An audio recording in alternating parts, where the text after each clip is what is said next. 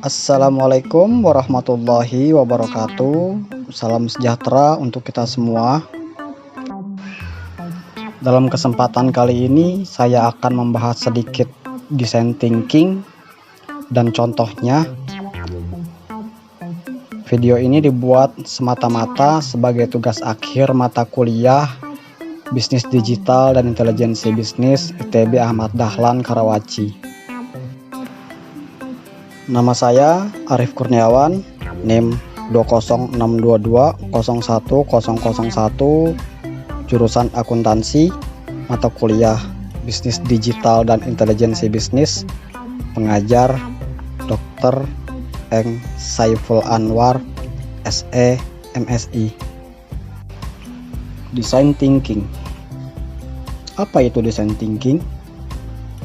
Design thinking adalah suatu proses atau metode pola pikir untuk berempati terhadap permasalahan dan masalah berpusat kepada manusia. Kemudian ada 5 tahapan pada design thinking ini. Tahapan proses design thinking yang pertama empathize, yang kedua define, yang ketiga idea, yang keempat prototype, yang kelima test. Mari kita bahas satu persatu 5 tahapan proses tersebut. Yang pertama ada empathize atau empati.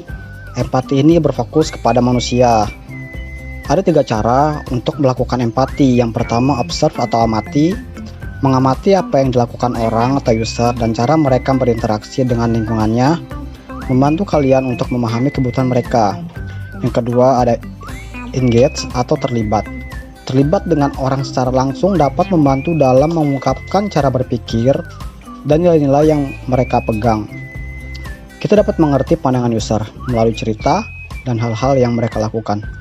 Yang ketiga ada immerse atau rasakan langsung. Setelah mengamati dan melibatkan diri dengan user, penting untuk merasakan langsung pengalaman user tersebut. Yang kedua, define atau menentukan. Mendefinisikan permasalahan user yang akan diselesaikan dari sudut pandang user. Yang ketiga ada idea atau ide. Mengeluarkan ide-ide yang dapat menjadi solusi terhadap permasalahan.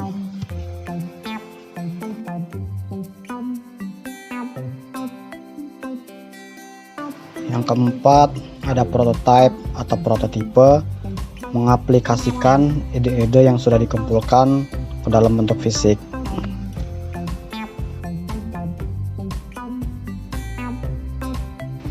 Dan yang terakhir tes atau uji coba.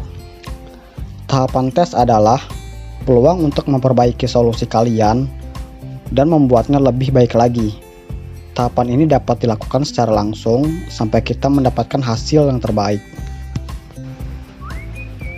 Saya akan membuat contoh dari design thinking ini setelah mengobservasi atau mengamati banyak dari teman-teman yang tidak bisa meluangkan waktunya untuk membayar pajak kendaraan bermotor. Jadi mereka harus ke biro jasa untuk melakukan atau kemudahan ini. Kemudian masalah utama mereka saat ini adalah tidak ada waktu untuk ke tempat biro jasa karena terkendala pekerjaan yang harus diselesaikan baik di kantor ataupun di rumah. Nah, itu adalah salah satu empati yang saya lakukan. Sebagai bentuk membantu user yang tidak bisa datang langsung ke biro jasa, sehingga user terbantu akan hal ini, pekerja di Kota Tangerang dan Kabupaten Tangerang atau teman-teman saya yang bekerja 8-9 jam sehari, kecuali hari Sabtu hanya 5 jam, sehingga membutuhkan waktu lebih untuk datang ke alamat biro jasa tersebut dan harus menunggu malam tiba karena terkendala oleh pekerjaannya itu. Jadi mereka itu membuang waktunya secara sia-sia. Nah, kemudian muncullah ide. Yang pertama, jemput berkas ke user sehingga user terbantu. Yang kedua, dengan menggunakan Google Form sebagai link pendaftaran atau via aplikasi WA. Terus pembayaran jasa jemput berkas seharga 15.000. Jaraknya itu 0 sampai 10 km. Jika melebihi 10 km, tambahan per kilometernya itu Rp3.000. Mungkin ini sangat membantu untuk mereka yang tidak punya waktu untuk ke alamat biro jasa tersebut. Jadi kita sebagai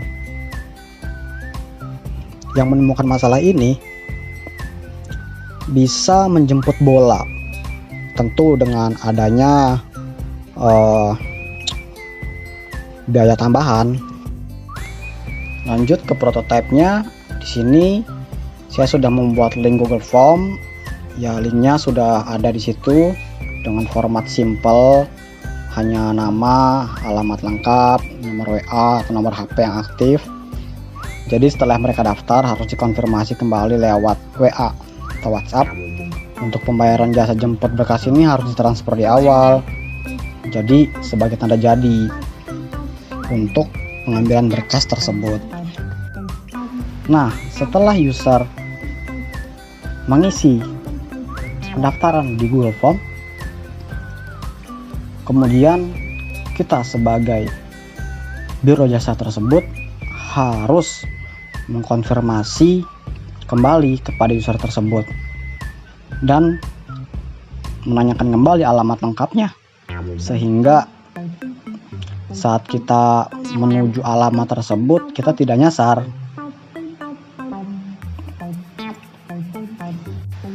Jika sudah mengkonfirmasi kepada user, langkah selanjutnya kita harus jemput berkas tersebut ke alamat yang sudah ditulis.